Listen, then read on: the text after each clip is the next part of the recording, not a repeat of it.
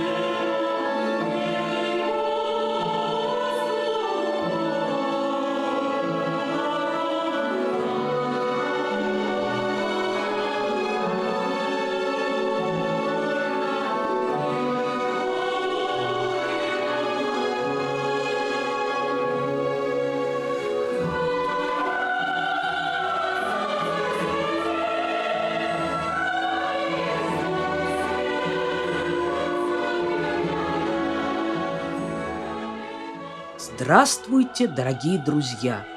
Вновь мы с вами знакомимся с шедеврами хоровой музыки. Вы, конечно, не раз слышали эту замечательную музыку. Звучит знаменитый хор «Улетай на крыльях ветра» из оперы Александра Порфирьевича Бородина «Князь Игорь». И сегодня мы с вами познакомимся с историей рождения этого замечательного шедевра. В старых сказках к колыбели ребенка подходят волшебницы, и каждая приносит ему дар. Эта сказка вспоминается когда думаешь о судьбе Бородина. Сколько ему досталось даров, и могучий разум ученого, и гений композитора, и литературное дарование. Ни одного таланта он не зарыл в землю, все развил и отдал своему народу, человечеству. Он был красив, добр, остроумен, всегда полон жизни и энергии. Так писал известный русский критик Владимир Васильевич Стасов о русском композиторе Александре Порфирьевиче Бородине.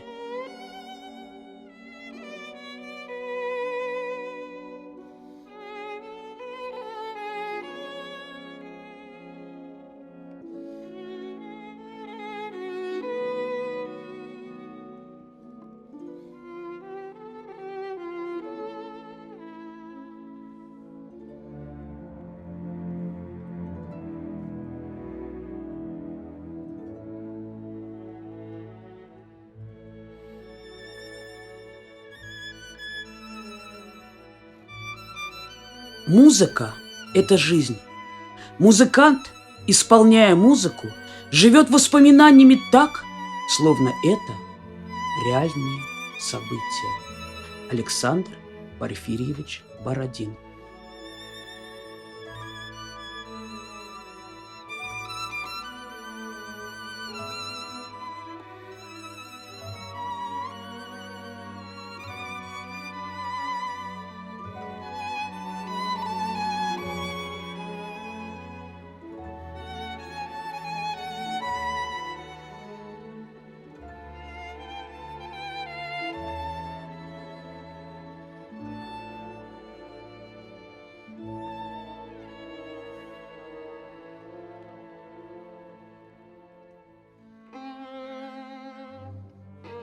Всю жизнь этот необыкновенно талантливый человек разрывался между своими талантами. Химик по профессии, он так же страстно, как химия, любил музыку. Научный мир знал Бородина как талантливого ученого. Им было сделано 42 открытия, которыми до сих пор пользуется человечество, несмотря на то, что прошло много времени. И современная наука ушла далеко вперед. Бородин стоял бы еще выше по химии, принес бы еще больше пользы науке, если бы музыка не отвлекала его слишком много от химии, писал знаменитый ученый Дмитрий Иванович Менделеев. А знаменитый музыкальный критик Стасов сетовал: к несчастью, академическая служба, комитеты и лаборатория страшно отвлекали Бородина от великого дела. Но, как известно, все мы родом из детства. И уже в детстве уживались в маленьком Саше эти, казалось бы, несовместимые увлечения – музыка и химия.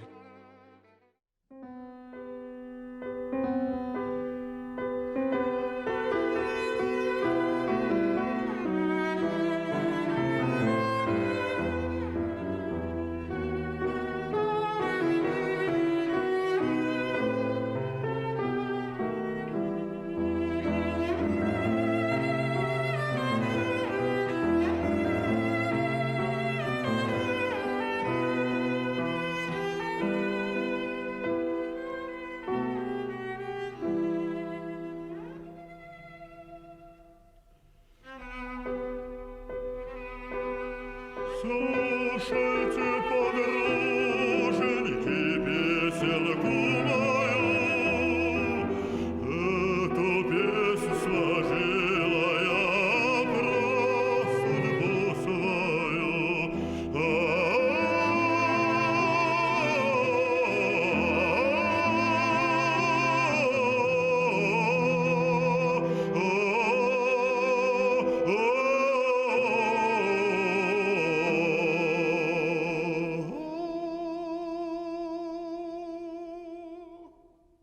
Александр Порфирьевич Бородин родился в 1833 году. Музыка часто звучала дома – польки, танцы, кадрили. Неподалеку от дома, где жил мальчик, был расквартирован Семеновский полк.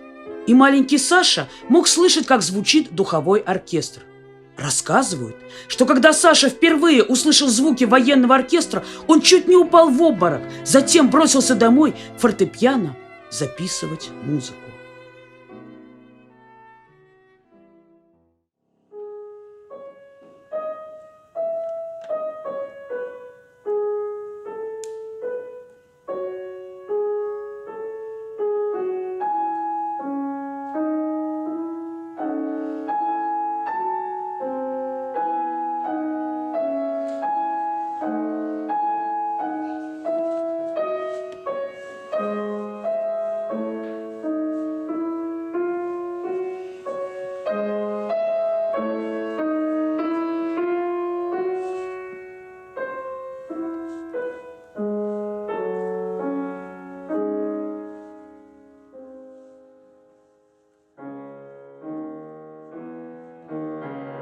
Не менее чем музыкой, мальчик был увлечен науками.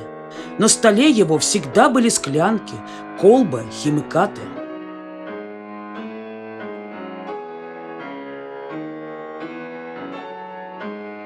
Но детство проходит быстро.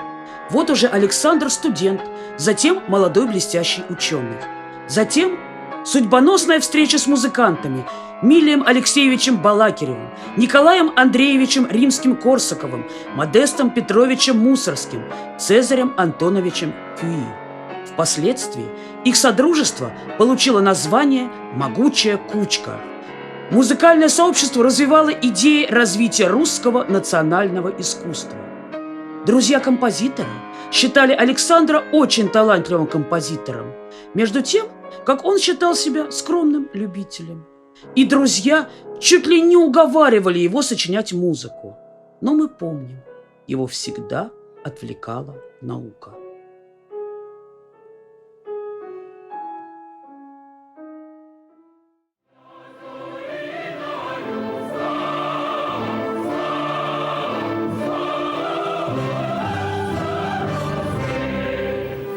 Вдохновителю кружка Владимиру Стасову было несложно увлечь молодых людей идеями патриотизма и народничества. То было время, когда император освобождал народ, отменяя крепостное право, а горожане с энтузиазмом уезжали в села лечить и обучать крестьян. Участников Балакиревского кружка интересовала не только современная им политика, но и история Руси. Их привлекали образы государей и крестьян, русские сказки и пейзажи. Они ездили записывать народные песни, которые затем использовали в своей собственной музыке.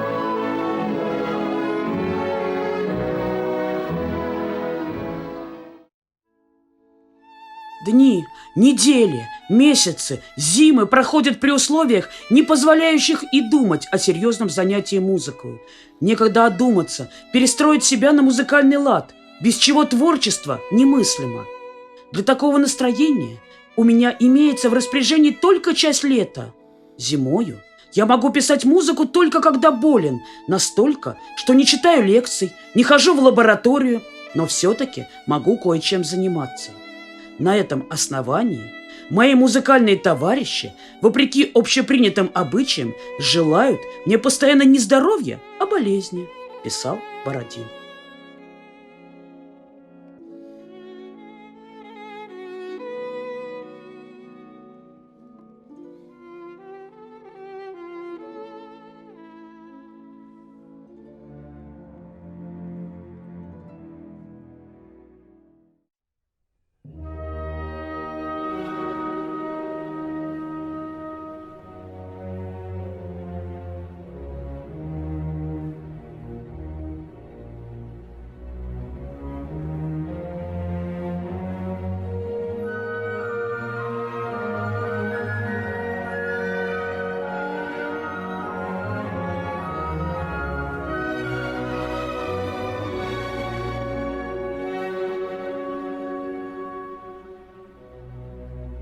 И, тем не менее, в 60-х годах 19-го столетия появляется его первая симфония. Затем композитор начинает вынашивать замысел оперы «Князь Игорь». Писать оперу он будет 18 лет. Между научными открытиями, общественной и литературной деятельностью.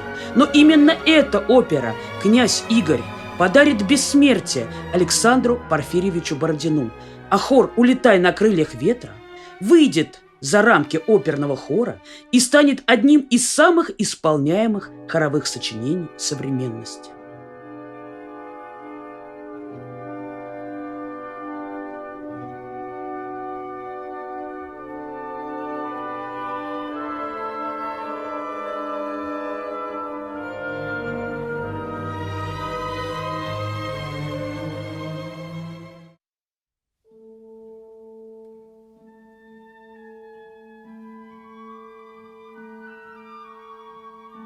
Итак, о чем же рассказывается в опере «Князь Игорь»? Сюжет основан на реальных событиях и имеет в своей основе памятник литературы Древней Руси «Слово о полку Игореве», рассказывающий о неудачном походе русских князей во главе с Игорем Святославовичем Новгород-Северским на половцев в 1185 году.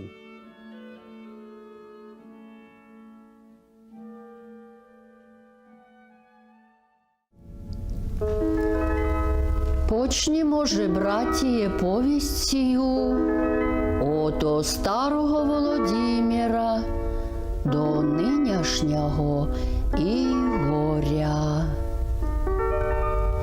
І же і стягну умі крепостію своєю, і пострі серця своєго мужествами, наполнився ратного духа, наведе свои храбрые полки на землю половецкую, за землю руськую.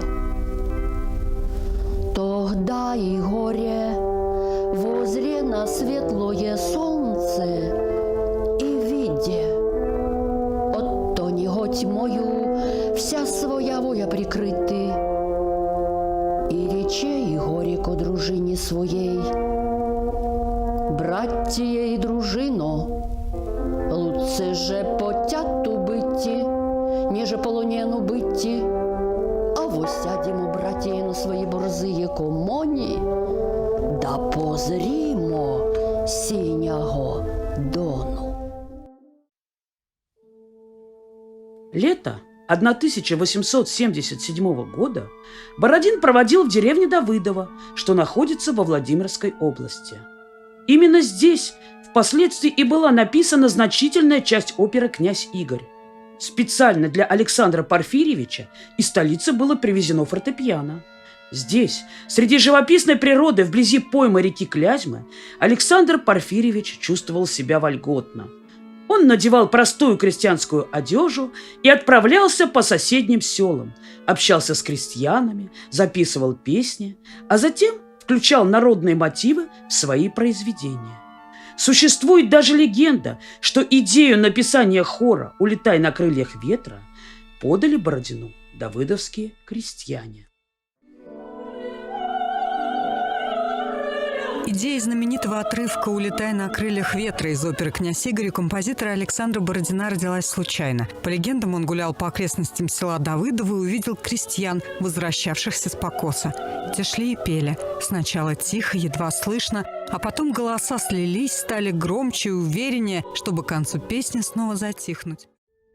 Итак, давайте еще раз послушаем этот замечательный хор. О чем же рассказывает нам эта музыка?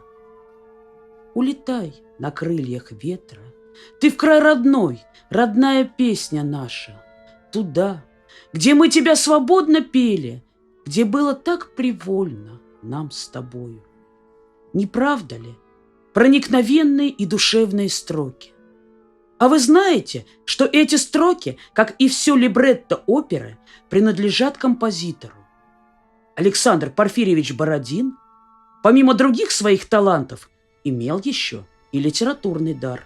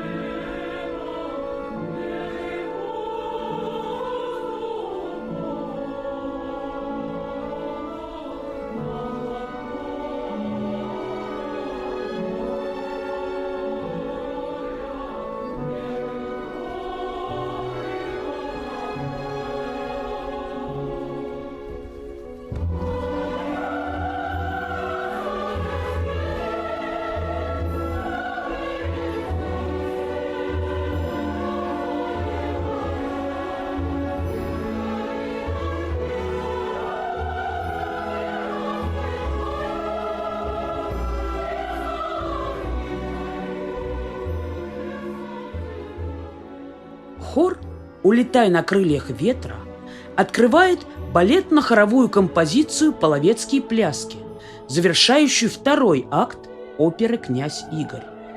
Итак, поход князя Игоря с дружиной оказался неудачным, и князь Игорь томится в плену. Хан Кончак, пленивший Игоря, просит в обмен на обещание отпустить князя никогда не поднимать оружие против половцев, которые совершают грабительские набеги на земли Руси. Но Игорь не согласен. Русь должна быть великой и свободной. Чело Игоря печально. Хан Кончак приказывает развеселить князя. Под нежные звуки вступления на сцене появляются чаги, невольницы, и начинают свой грациозный лирический танец, сопровождаемый задушевной песней «Улетай на крыльях ветра». В ней девушки поют о своей любимой родине, вспоминают о ее красотах. Их необычно поэтичная, задумчивая песня, сопровождаемая плавным танцем, вызывает в воображении образ бескрайнего приволья. Кстати, по одной из версий, народные половецкие мелодии, заложенные в музыкальную основу половецких сцен, композитор получил от известного венгерского путешественника.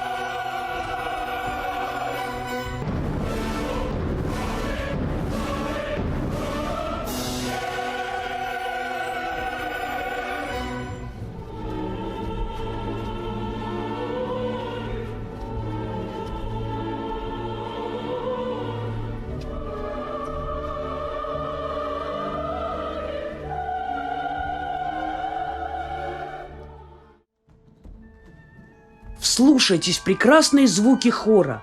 Какое чудо подарил нам композитор Александр Бородин. Может быть, своей музыкой он хотел сказать нам, своим слушателям, что, несмотря на происки судьбы, надо верить, надеяться и ждать.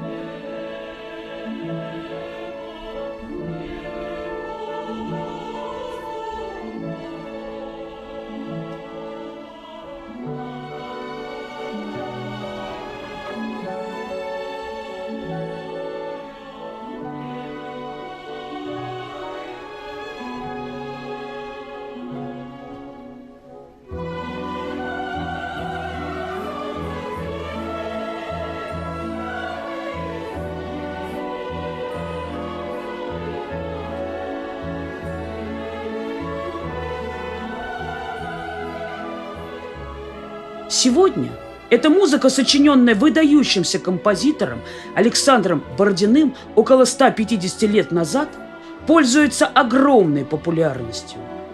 Различные современные обработки этого произведения можно слышать в исполнении известных музыкантов, в кинофильмах, рекламных роликах. Этот хор даже прозвучал на церемонии открытия Олимпийских игр 2014 года в Сочи.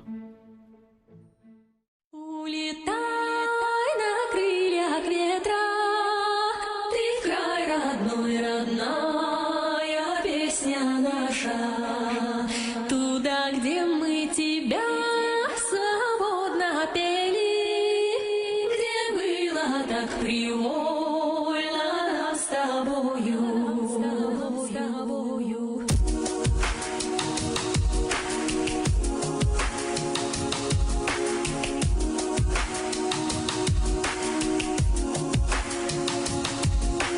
Улетай на крыльях ветра, ты в край родной, родная песня наша. Туда, где мы тебя свободно пели, где было так привольно нам с тобою. Там под знойным небом негой воздух полон, там под говор моря дремлют горы в облаках. Но давайте все-таки еще раз послушаем эту музыку так, как создал ее замечательный композитор Александр Порфирьевич Бородин.